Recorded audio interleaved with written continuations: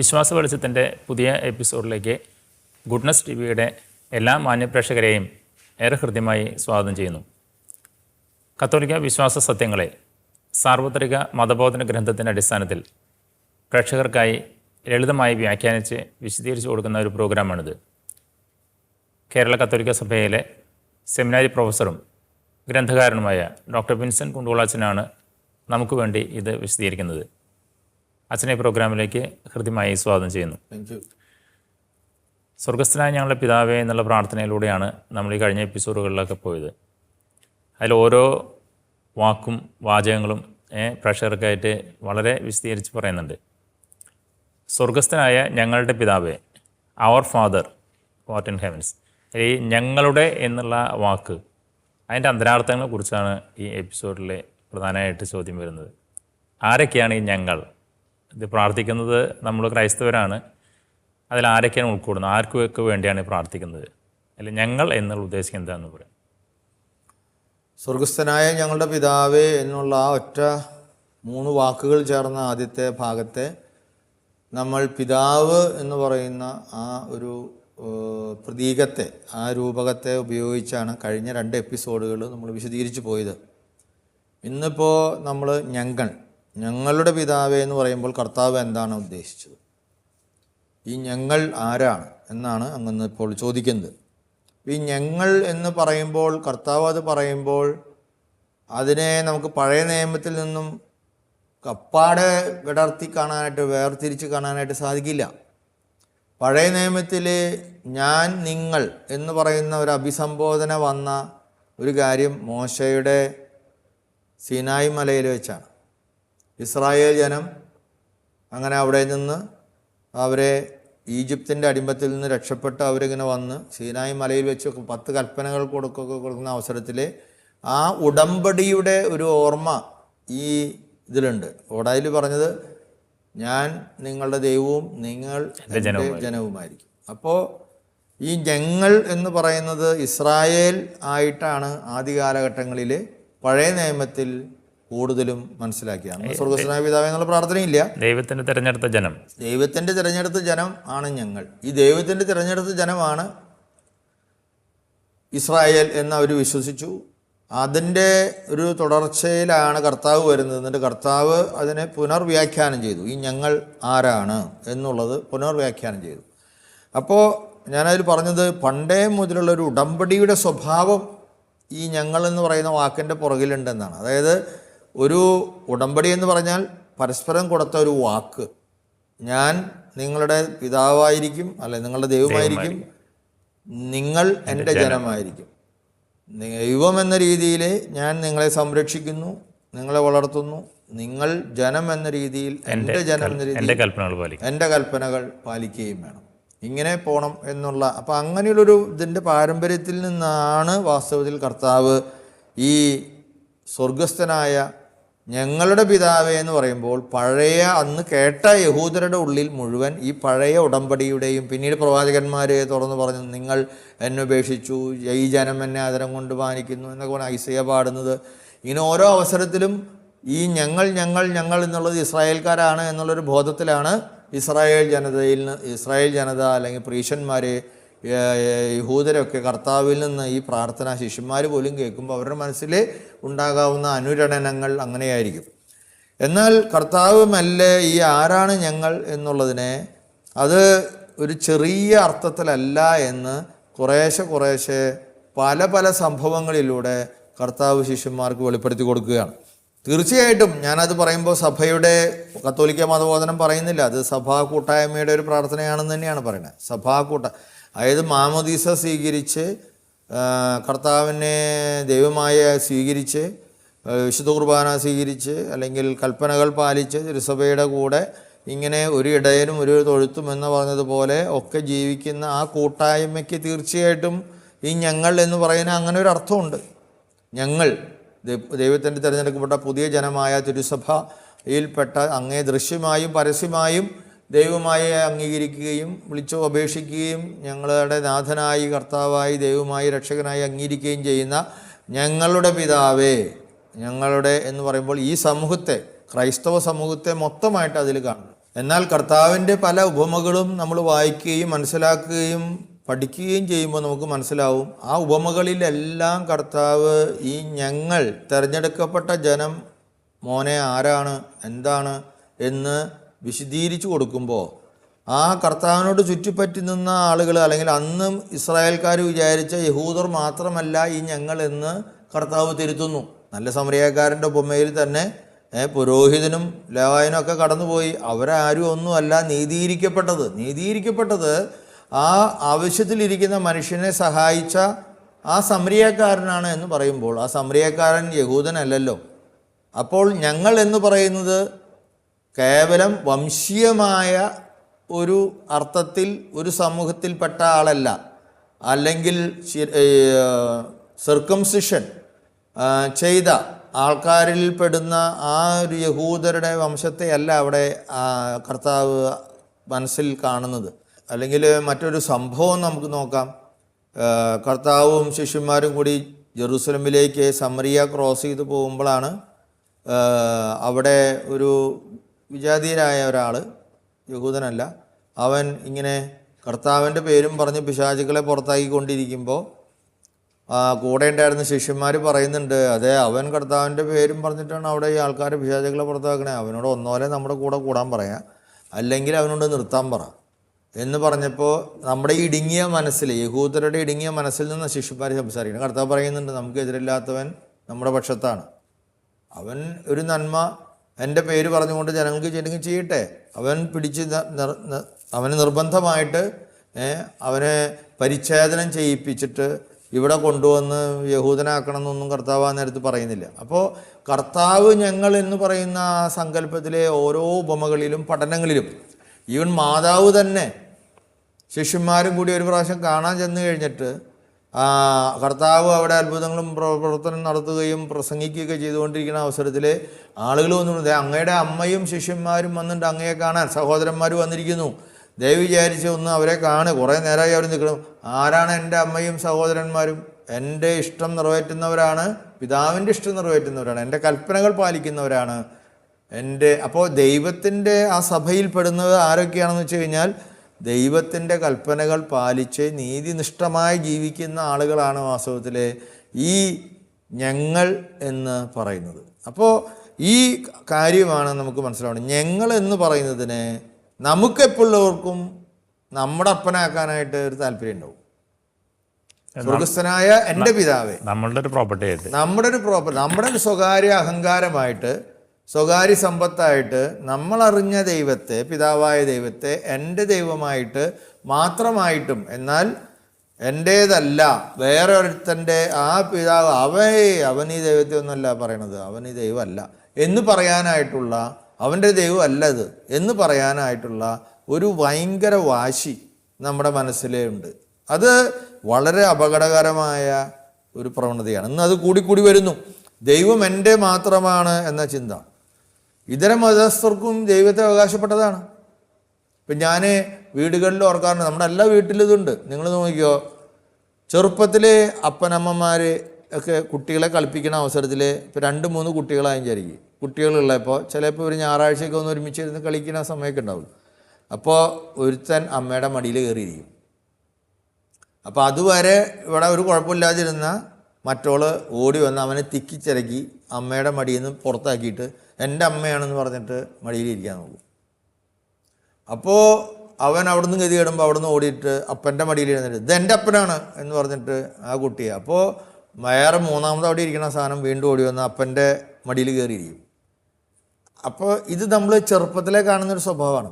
കാരണം എൻ്റേതാണ് ഈ അപ്പൻ, നിനക്കില്ല എന്ന് പറയാനുള്ള ഒരു താല്പര്യം, ഒരു സ്വാർത്ഥത. ഈ സ്വാർത്ഥത ഇന്ന് നമുക്കുണ്ട്. ഈ സ്വാർത്ഥതയ്ക്കെതിരെയാണ് മാർപ്പാപ്പ പറഞ്ഞത് എൻ്റെ അപ്പൻ കത്തോലിക്കനല്ല എന്ന്. എൻ്റെ അപ്പൻ എന്ന് പറഞ്ഞാൽ സ്വർഗത്തിലെ പിതാവ്, ഭയങ്കര വിപ്ലവാത്മകമായിരുന്നു. എൻ്റെ സ്വർഗസ്ഥനായ പിതാവ്, സ്വർഗത്തിലിരിക്കുന്ന പിതാവ് കത്തോലിക്കനല്ല എന്ന് പറഞ്ഞ ഉടനെ ആൾക്കാർക്ക് ഭയങ്കര വിഷമമായി. അതായത് ആളുകളെല്ലാം ഈ സ്വർഗസ്ഥനായ പിതാവിനെ സീറോ മലബാറും ലത്തീനും മലങ്കരി ഒക്കെ അല്ലെങ്കിൽ മൽക്കനീത്തൊക്കെ ആക്കിയിരിക്കുകയാണ് ഇഷ്ടം. കത്തോലിക്കരുടെ പിതാവായിട്ട് ആക്കി വെച്ചിരിക്കുകയാണ്. അങ്ങനെയില്ല. അതെല്ലാവരുടെയും പിതാവാണ്. ഈ മാനവവംശത്തിൻ്റെ മുഴുവൻ പിതാവാണ് ദൈവം, നമ്മൾ വിശ്വസിക്കുന്ന ദൈവം. സകല മനുഷ്യരെയും രക്ഷിക്കുള്ള സകല മനുഷ്യരുടെ രക്ഷയ്ക്ക് വേണ്ടി വന്ന അങ്ങനെയുള്ളൊരു പിതാവായ ദൈവത്തെക്കുറിച്ചാണ് ക്രിസ്തു പറഞ്ഞത്. അപ്പോൾ നമ്മുടെ ഉള്ളിൽ ഇന്ന് കാണുന്നുണ്ടല്ലോ ചില ആൾക്കാർ, ചില അച്ഛന്മാരടക്കം നമുക്ക് വേദനയോടുകൂടി പറയേണ്ടതായിട്ട് വരും, നമ്മുടെ ദൈവവും അവൻ്റെ ദൈവവും ഒന്നല്ല എന്ന് സ്ഥാപിക്കാൻ വേണ്ടി എന്തുമാത്രം തീവ്രപരമായ ആശയങ്ങളാണ് ജനങ്ങളുടെ ഇടയിലേക്ക് പറഞ്ഞു വിടുന്നത്. മാർപ്പാപ്പ ഇങ്ങനെ ഈ ഒരു സൈഡോടെ പറയുമ്പോൾ എത്രയോ കഷ്ടമാണത്. അപ്പം നമ്മളൊക്കെ ഈ സമൂഹത്തിൽ മനുഷ്യരെ എല്ലാവരും ഒരു പിതാവിൻ്റെ മക്കളായിട്ട് വിവിധ മതത്തിൽ വിശ്വസിക്കുന്നവരും മതത്തിൽ വിശ്വസിക്കാത്ത ആളുകളെയൊക്കെ ചേർത്ത് നിർത്തി ഒരു മാനവ സമൂഹത്തിലെ ദൈവത്തിൻ്റെ ഇംഗിതം നടത്തുന്ന ഒരു ജനത്തെ രൂപപ്പെടുത്താൻ വേണ്ടി കഷ്ടപ്പെടുന്ന അവസരത്തിൽ ഇതുപോലെയുള്ള വിഭാഗീയ ചിന്തകൾ കൊണ്ടുവന്ന് എന്തിനു വേണ്ടിയിട്ടാണ്? രാഷ്ട്രീയമായ മുതലെടുപ്പിന്, വോട്ട് പെട്ടെന്ന് അവർ വിചാരിച്ച പാർട്ടിക്ക് കിട്ടാൻ. അതൊക്കെ എത്രയോ അക്രൈസ്തവമായ മനുഷ്യോചിതമല്ലാത്ത പെരുമാറ്റങ്ങളാണ്. അപ്പോൾ എല്ലാവരുടെയും അപ്പനാണ് ക്രിസ്തു. അങ്ങനെ ഉള്ള ഒരു അപ്പനല്ല ദൈവം എങ്കിൽ പിന്നെ അത് ദൈവമാവും. എല്ലാവരെയും ഉൾക്കൊള്ളുന്നത്. നമ്മൾ കുഞ്ഞു മക്കളെന്ന രീതിയിൽ നമുക്ക് അപ്പൻ എന്നോടാണ് കൂടുതൽ ഇഷ്ടം, അമ്മയ്ക്ക് എന്നോടാണ് കൂടുതൽ ഇഷ്ടം എന്ന് നമുക്ക് പറയണ്ടാവും. പക്ഷേ കാരണം നമ്മളോട് അങ്ങനെ പെരുമാറിയിട്ടുണ്ടാവും. നമ്മൾ പനി പിടിച്ചപ്പോൾ അപ്പൻ അങ്ങനെ, എൻ്റെ അമ്മ എനിക്ക് പിത്തം, ചെറുപ്പത്തിലൊക്കെ പിത്തം വരാറില്ല, പണ്ട് അങ്ങനെ ഇത്ര ഇഞ്ചക്ഷനൊന്നുമില്ല, പിത്തം പിടിച്ച് ആകെ വീർത്ത് എന്നൊക്കെ പറയുന്നുണ്ട്. എന്നിട്ട് എന്നെയും ചുമന്നിട്ട് ബ്ലോക്ക് പഞ്ചായത്തിലേക്ക് ഇഞ്ചക്ഷൻ എടുക്കാൻ വേണ്ടി കണ്ടിന്യൂസ് ആയിട്ട് എത്രയോ ദിവസങ്ങൾ നടന്നതൊക്കെ എന്നോട് ഓർമ്മ. എനിക്കും ചെറിയൊരു ഓർമ്മയുണ്ട് ഇങ്ങനെ കൊണ്ടുപോയൊക്കെ ഒരു ഓർമ്മ. അത്രയൊക്കെ നമുക്ക് വേണ്ടി ചെയ്തപ്പോൾ നമുക്ക് തോന്നുന്നു അമ്മയ്ക്ക് എന്നോടാണ് സ്നേഹമെന്ന്. പക്ഷേ അമ്മയ്ക്ക് എന്നെ സ്നേഹിച്ച പോലെ തന്നെ ചേട്ടനെയും ചേച്ചിയെയും പെങ്ങളെയും ഒക്കെ സ്നേഹിച്ചിട്ടുണ്ട്, മറ്റു ചേട്ടന്മാരെയും സ്നേഹിച്ചിട്ടുണ്ട്. അത് അമ്മയ്ക്കല്ലേ അറിയുള്ളൂ. ഞാൻ പറയാം അമ്മയ്ക്ക് എന്നോടാണ് സ്നേഹം കാരണം എന്നെ ചുമന്നുണ്ടെന്ന് ഞാൻ പറഞ്ഞാൽ എങ്ങനെ ഉണ്ടാവും? ഇതുപോലെയാണ് നമ്മൾ ക്രൈസ്തവർ, ചില ആളുകൾ ദൈവത്തെ സ്വകാര്യ പ്രോപ്പർട്ടി ആയിട്ട് വയ്ക്കുന്നത്. ഇതൊക്കെ പറയുക എന്നുള്ളത് പോലും ഇന്ന് വലിയ ഇടർച്ചയായിട്ട് മാറുന്ന ഒരു സമുദായത്തിലാണ് നമ്മളിപ്പോൾ ഒന്ന് ജീവിക്കുന്നത്, കാലഘട്ടത്തിലാണ് ജീവിക്കുന്നത് എന്നാണ് ഈ ഏറ്റവും വലിയ തമാശ.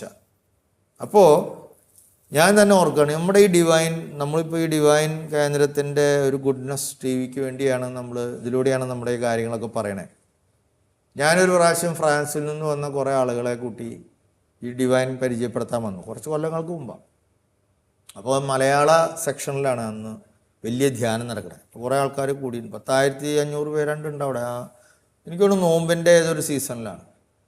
അപ്പോൾ ഞാനവിടെ ചെന്നപ്പോൾ ശ്രദ്ധിച്ചു, കാരണം ഞാനവിടെ അവരൊക്കെ ഇവിടുത്തെ പുതിയ അച്ഛന്മാരൊക്കെ നല്ലൊരു ശതമാനം ആലുവ സെമിനാരിൽ പഠിച്ചവരാണ്, അവിടെ സ്കോളേഴ്സായി നിന്ന് വന്ന് പഠിച്ചവരാണ്. ഞാൻ നോക്കുമ്പോൾ നമ്മൾ പഠിപ്പിച്ച ഒരു ശിഷ്യനാണ് സ്റ്റേജിൽ ഒരാൾ അവിടെ ധ്യാനം നയിക്കുന്നത്. നല്ല അച്ഛന്മാരും നിൽക്കുന്നുണ്ട്, വള്ളൂരനച്ഛൻ, അങ്ങനെ പാനക്കൽ എല്ലാം വലിയ പ്രധാനപ്പെട്ട. അത് അവസാന അപ്പോൾ ഭയങ്കര ഒരു അവസാനത്തെ പ്രാർത്ഥനയുടെ ഒരു സമയമാണ്. ഭയങ്കര ദിവ്യാനത്തൊക്കെ എഴുന്നള്ളിച്ച് വെച്ചിട്ട് ജനം മുഴുവൻ എഴുന്നേറ്റ് നിന്ന് ഭയങ്കര പ്രാർത്ഥനയിലാണ്. അപ്പോൾ ഞാൻ ഈ ആൾക്കാരെ കൊണ്ട് ബാക്കിൽ വന്നിങ്ങനെ നിന്നു, ഫോറിനേഴ്സിനെ കൊണ്ട്.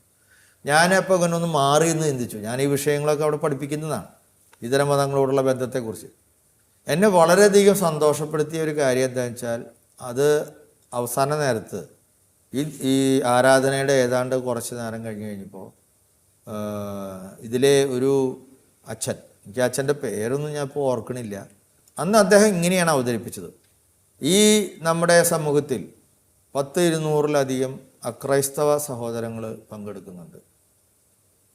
നിങ്ങളൊക്കെ നിങ്ങളുടേതായ രീതിയിലുള്ള ദൈവ വിശ്വാസങ്ങളിലും ദേവീദേവന്മാരിലൊക്കെ വിശ്വസിക്കുന്നവരാണ്. എന്നാൽ ഞങ്ങൾ വിശ്വസിക്കുന്ന യേശുവിനെ നിങ്ങൾക്കും എന്തോ തരാനുണ്ട്.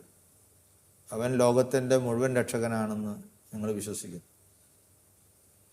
അതുകൊണ്ട് നിങ്ങൾക്ക് ആഗ്രഹമുണ്ടെങ്കിൽ, അപ്പോൾ അവർ ധ്യാനത്തിൽ പങ്കെടുക്കും, ഫ്രണ്ടിൽ നിങ്ങൾ പ്രത്യേകമായിട്ട് ഈ ആരാധനയിൽ ഇപ്പോൾ പ്രാർത്ഥിക്കണം. ഇവിടെ ചുറ്റുപാടുള്ള എല്ലാ ആൾക്കാരും അവർക്ക് വേണ്ടിയും പ്രാർത്ഥിക്കണം. അങ്ങനെ പറയുമ്പോൾ അതിൽ വലിയ ഒരു സഹിഷ്ണുതയുണ്ട്. നിങ്ങളൊക്കെ ഒരു ദൈവത്തെ അല്ല ആരാധിക്കുന്നത്, നിങ്ങളൊന്നും ദൈവത്തെ അല്ല അന്വേഷിക്കണേ, നിങ്ങളൊക്കെ ആകെ വഴി തെറ്റിക്കെടുക്കുകയാണെന്നൊന്നും അല്ല അച്ഛൻ പറഞ്ഞത്. നിങ്ങളൊക്കെ ദൈവത്തെ അന്വേഷിക്കുന്നു. ആ ദൈവത്തെ അന്വേഷിക്കുന്നതിൽ നിങ്ങൾക്ക് ദൈവത്തിൻ്റെ രൂപങ്ങൾ കണ്ടെത്തിയിട്ടുണ്ട്. നിങ്ങൾ ആ വഴിയിലൂടെ നന്നായി നടക്കാൻ ശ്രമിക്കുന്നു. അതിനെ നിഷേധിച്ചിട്ടോ അവഗണിച്ചിട്ടോ അവഹേളിച്ചിട്ടോ അല്ല അച്ഛൻ പറയുന്നത്. പക്ഷേ ഞങ്ങൾ വിശ്വസിക്കുന്നതനുസരിച്ച് ക്രിസ്തു ലോകത്തിൻ്റെ മുഴുവൻ രക്ഷകനാണ്. അരക്ഷകനായ ക്രിസ്തുവിനെ നിങ്ങൾക്ക് എന്തൊക്കെയോ അനുഗ്രഹങ്ങൾ തരാനുണ്ട്, അതുകൊണ്ട് നിങ്ങളിപ്പോൾ അവർക്ക് വേണ്ടി പ്രാർത്ഥിക്കുക, ബാക്കി എല്ലാവരും അവർക്ക് വേണ്ടി പ്രാർത്ഥിക്കുക എന്ന് പറയുന്നതിൽ ഒരു ഭീകരവാദവുമില്ല. അവനവൻ്റെ വിശ്വാസമാണ് പറയുന്നത്, ആരെയും നിർബന്ധിക്കുന്നുമില്ല. താല്പര്യമുള്ളവർ പ്രാർത്ഥിക്കുക, ഒരു ധ്യാനത്തിന് വന്നാണ്. ഇത് ക്രിസ്തുവിൻ്റെ ഒരു മനസ്സാണ്. അങ്ങനെയുള്ള ഒരു രീതിയിൽ നമുക്ക് എല്ലാവരെയും കാണാൻ സാധിക്കും. നമ്മൾ നമ്മുടെ വിശ്വാസത്തെ ഏറ്റു പറയുമ്പോൾ ബാക്കിയുള്ളവരുടെ വിശ്വാസങ്ങളെയും മാനിക്കാനും, എന്നാൽ നമ്മൾ വിശ്വസിക്കുന്ന വിശ്വാസത്തെ ഏറ്റു പറയാനും മറ്റുള്ളവരോട് പ്രഘോഷിക്കാനും നമുക്ക് സാധിക്കണം. അതിൽ യാതൊരു ഭീകരവാദവും ഇല്ല. പക്ഷേ ഗാന്ധിജി അതിനെക്കുറിച്ച് പറഞ്ഞിട്ട് എൻ്റെ അമ്മ നല്ലവളാണെന്ന് പറയാൻ വേണ്ടി തൊട്ടുപാടുള്ള എല്ലാ അമ്മമാരും ഭ്രാന്തിമാരാണെന്ന് പറയേണ്ട കാര്യമില്ല. അപ്പോൾ നമ്മളെ യേശു നമ്മെ പഠിപ്പിച്ചിട്ടുള്ളതും ആ ഒരു കാര്യം. ഇന്നത്തെ കാലഘട്ടത്തിന് ഏറ്റവും ആവശ്യമുള്ള സുവിശേഷമാണത്, സദ്വാർത്തയാണ്.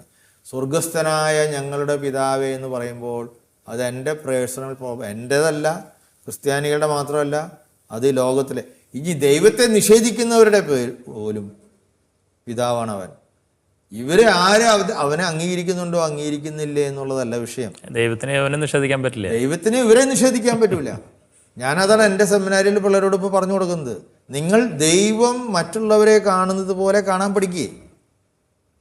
നമ്മൾ മലയിലേക്ക് കയറുമ്പോൾ നമ്മൾ കയറുന്ന ഭാഗങ്ങളൊക്കെ ഭംഗിയുള്ളതാണെന്നേ, നല്ല അടിപൊളിയാണ്. ഇവിടുന്ന് കാണുന്ന കാഴ്ച ചുറ്റുപാടും ലോകത്തിൻ്റെ വളരെ നല്ലതാണ്.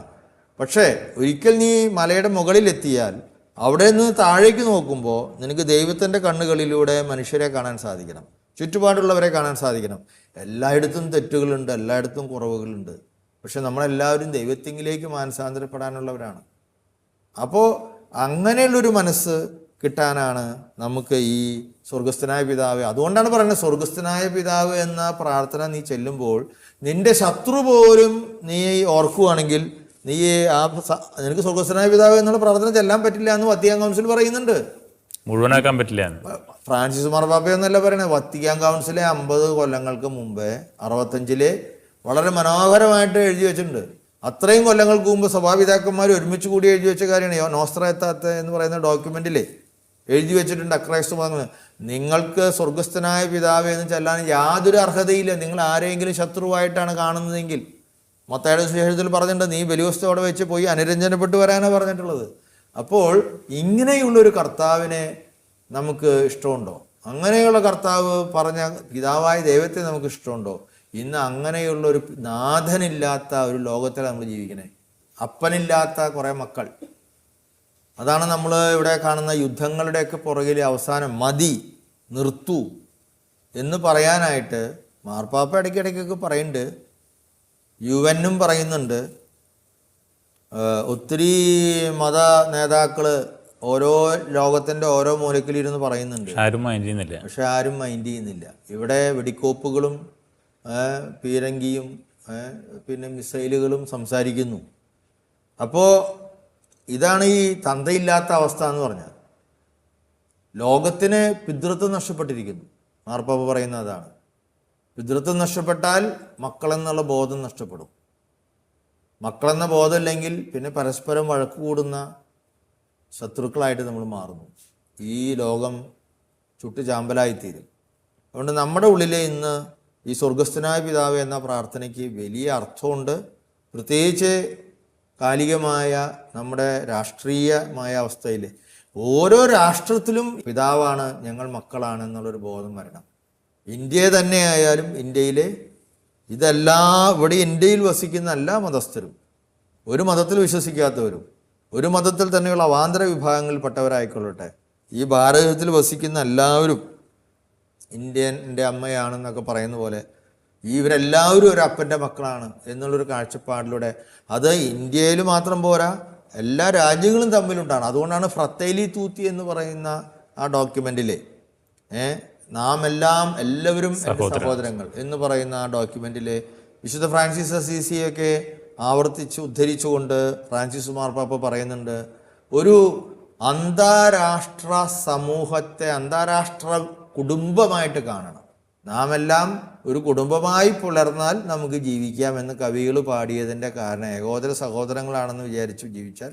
അപ്പോൾ ഈ ഫ്രത്തേലി തൂത്തിയിൽ പറയുന്ന സങ്കല്പം വളരെ മനോഹരം. പ്രത്യേകിച്ച് ഇന്ന് ഈ മൈഗ്രൻസ്, അഭയാർത്ഥികൾ ഓരോ യുദ്ധം വരുമ്പോൾ ഒരു സ്ഥലത്ത് നിന്ന് അല്ലെങ്കിൽ വേറൊരു ദുരിതം വരുമ്പോൾ വേറെ സ്ഥലത്തേക്ക് ഓടിപ്പോകുന്നു.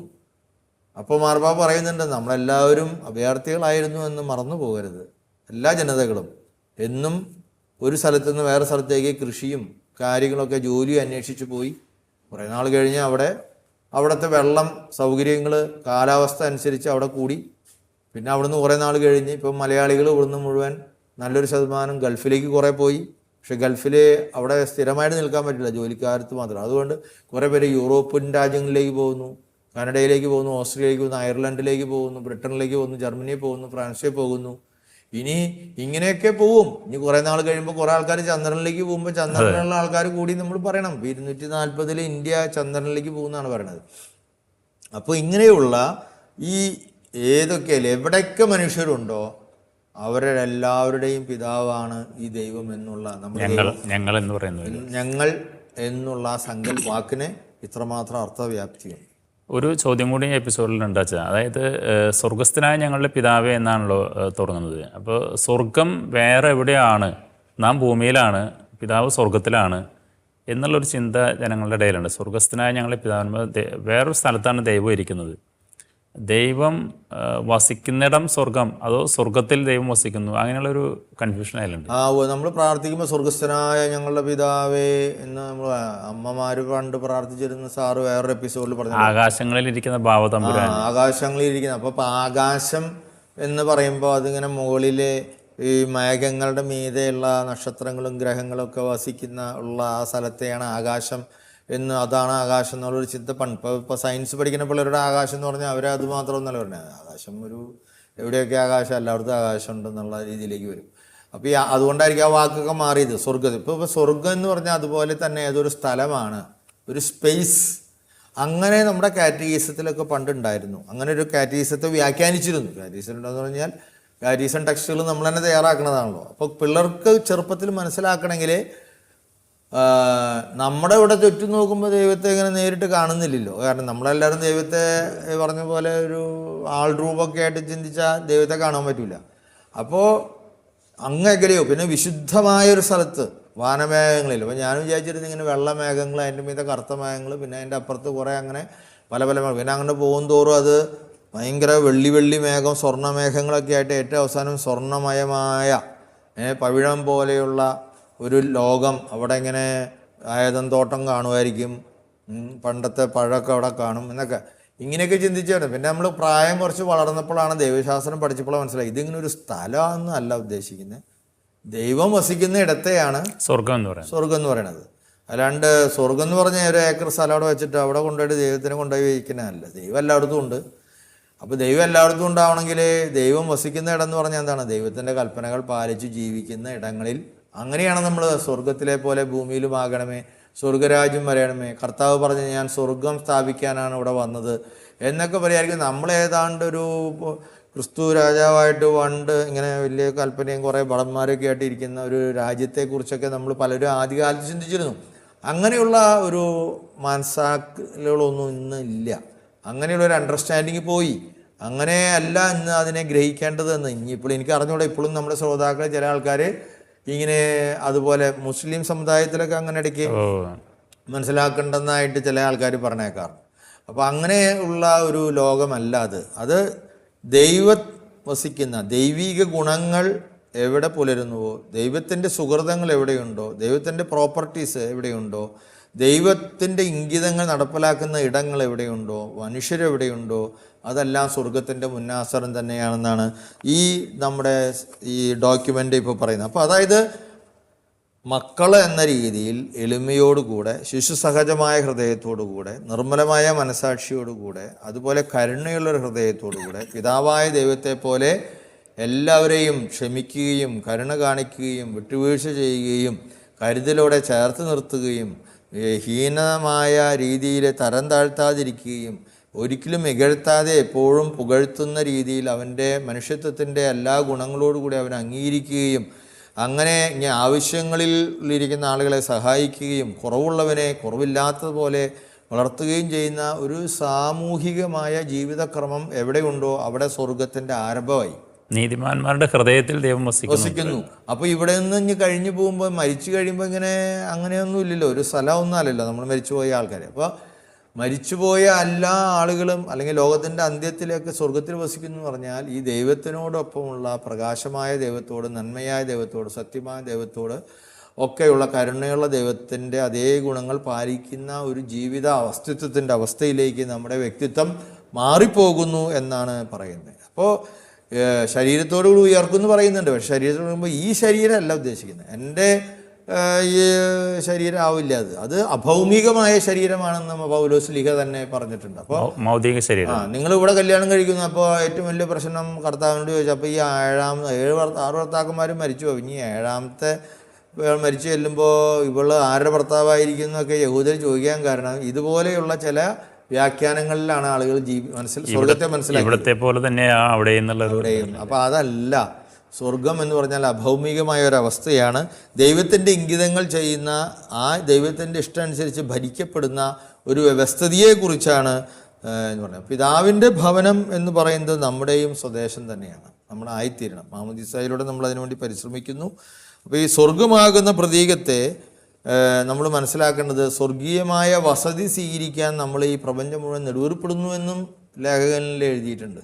അതായത് ഈ സ്വർഗീയമായ ഭാവങ്ങളോടെ ജീവിക്കുന്ന, എല്ലാവരും മക്കളായി കാണുന്ന, എല്ലാവരും സഹോദരി സഹോദരങ്ങളായി കാണുന്ന, നമ്മുടെ എല്ലാവരുടെയും ഏകോദര സഹോദരങ്ങളെ ഒരുമിപ്പിച്ച് നിർത്തുന്ന ഒരു അപ്പനായിട്ട് ദൈവത്തെ കാണുന്ന, ആ അപ്പൻ്റെ ഇംഗിതം ചെയ്തുകൊണ്ട് എല്ലാവരും ഒരു സമൂഹമായി തീരുന്ന, ഒരു കുടുംബമായി തീരുന്ന ഒരവസ്ഥയാണ് സ്വർഗത്തിലെ പോലെ സ്വർഗസ്ഥനായ ഞങ്ങളുടെ പിതാവേ എന്ന് പറയുമ്പോൾ ഞങ്ങൾ അങ്ങനെയുള്ള സ്വർഗം ഇവിടെ നടപ്പിലാക്കാൻ, അങ്ങനെ സ്വർഗം നിർമ്മിക്കാൻ കടപ്പെട്ടവരാണ് ഞങ്ങൾ. അതിന് ഞങ്ങൾ തയ്യാറാണ് എന്ന് ഏറ്റുപറയാണ്. സ്വർഗസ്ഥനായ ഞങ്ങളുടെ പിതാവേ എന്ന് വിളിക്കുമ്പോൾ ഞാൻ മാത്രമല്ല, എല്ലാ വർഗത്തിലും, എല്ലാ ദേശത്തിലും, എല്ലാ വർണ്ണത്തിലും, എല്ലാ ഭാഷയിലും, എല്ലാ വിശ്വാസ പാരമ്പര്യങ്ങളിലും, എല്ലാ പ്രത്യേകതകളോടുകൂടെ ജീവിക്കുന്ന ഞങ്ങളെല്ലാവരും ദൈവമേ, ഞങ്ങൾ അങ്ങയെ ഞങ്ങളുടെ പിതാവായി അംഗീകരിക്കുന്നു, ഞങ്ങൾ മക്കളായി അംഗീകരിക്കുന്നു. അങ്ങയുടെ ഇഷ്ടം നടപ്പിലാക്കുന്ന ഒരു വ്യവസ്ഥിതിയിൽ ഞങ്ങൾ ജീവിച്ചു കൊള്ളാം, അതിനെ ഞങ്ങളെ ശക്തിപ്പെടുത്തണമേ എന്നാണ് നമ്മൾ പ്രാർത്ഥിക്കുന്നത്. നമുക്ക് ഈ എപ്പിസോഡ് വൈൻഡപ്പ് ചെയ്യാനുള്ള സമയമായി. ഈ സ്വർഗസ്ഥനായ ഞങ്ങളുടെ ഈ 2 വാക്കുകളെ കുറിച്ചാണ് ഇന്ന് കൂടുതലായിട്ട് അച്ഛൻ വിശദീകരിച്ചത്. എല്ലാ പ്രേക്ഷകർക്കും മനസ്സിലായി കാണുമെന്ന് വിചാരിക്കുന്നു. അച്ഛന് നന്ദി പറയുന്നു. സ്വർഗസ്ഥനായ ഞങ്ങളുടെ ഈ 2 വാക്കുകളെ കുറിച്ചാണ് അച്ഛൻ ഇന്ന് വിശദീകരിച്ചത്. സ്വർഗത്തിലെ നമ്മുടെ പൗരത്വം നാം ഏറ്റുപറയുന്ന ഒരു ഭാഗം കൂടിയാണിത്. ഒരു പിതാവിൻ്റെ മക്കൾ എന്നുള്ള നിലയ്ക്ക് സ്വർഗം ഭൂമിയിൽ നമ്മളാൽ കഴിയുന്ന വിധത്തിൽ സ്ഥാപിക്കാനായിട്ട് നമുക്ക് കടമയുണ്ട്. ഈ എപ്പിസോഡ് ശ്രവിച്ച എല്ലാവർക്കും നന്ദി പറയുന്നു. നന്ദി, നമസ്കാരം.